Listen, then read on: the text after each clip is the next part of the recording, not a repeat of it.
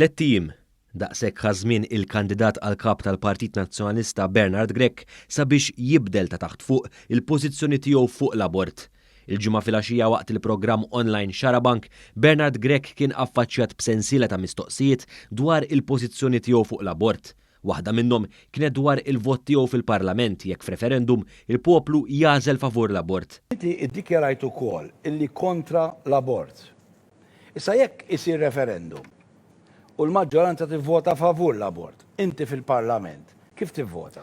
Ma nistawx ninjoraw dak li jgħidu n-nies fil-referendum. Għal id-demokrazija trid tingħata il-peace meħtieġ. Referendum irridu nifhmu li huwa għodda demokratika b'saħħitha fuq ixu partikolari u dik l-għodda rridu nagħtuha l-peace meħtieġ inkella l-feqda fil-liġi. Il-ġimgħa filgħaxija l-kandidat tal-fazzjoni ta' Simon Busuttil sostna wkoll li jekk ikun Prim Ministru għandu l-obbligu li jimxi ma' dak li jkun irid il-poplu Malti.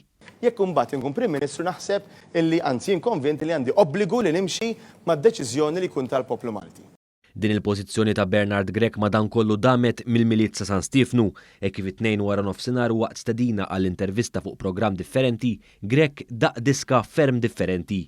Għal kuntrarju ta' dak li qal il-ġimgħa filgħaxija fejn qal li għandu obbligu jimxi ma' deċiżjoni tal-poplu, it-tnejn wara nofsinhar Bernard Grech qal li jekk il-poplu jiddeċidi favur l-abort waqt li jkun Prim Ministru huwa jirriżenja.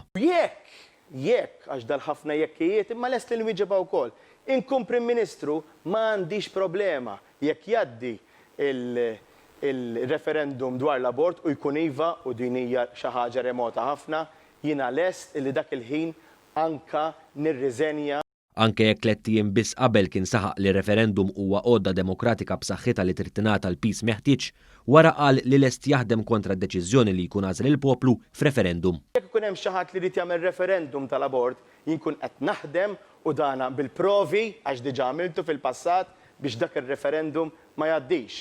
Jekk ir-referendum jgħaddi, jien se nkun qiegħed naħdem biex xorta waħda dak li nemmnu bħala partit, dak li nemmen bħala persuna, allura hemmhekk inkun nista' xorta jien bħala politiku jekk inkun politiku niggarantih jekk inkun fil-Parlament. Din mhux l-ewwel darba li l-kandidat għal kap tal-Partit Nazzjonalista biddel il-pożizzjoni tiegħu fuq kwistjonijiet ta' portata nazzjonali.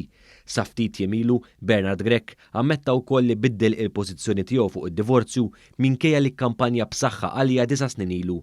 Grech saħansitra qal li hu dak iż-żmien ma kienx kontra d-divorzju.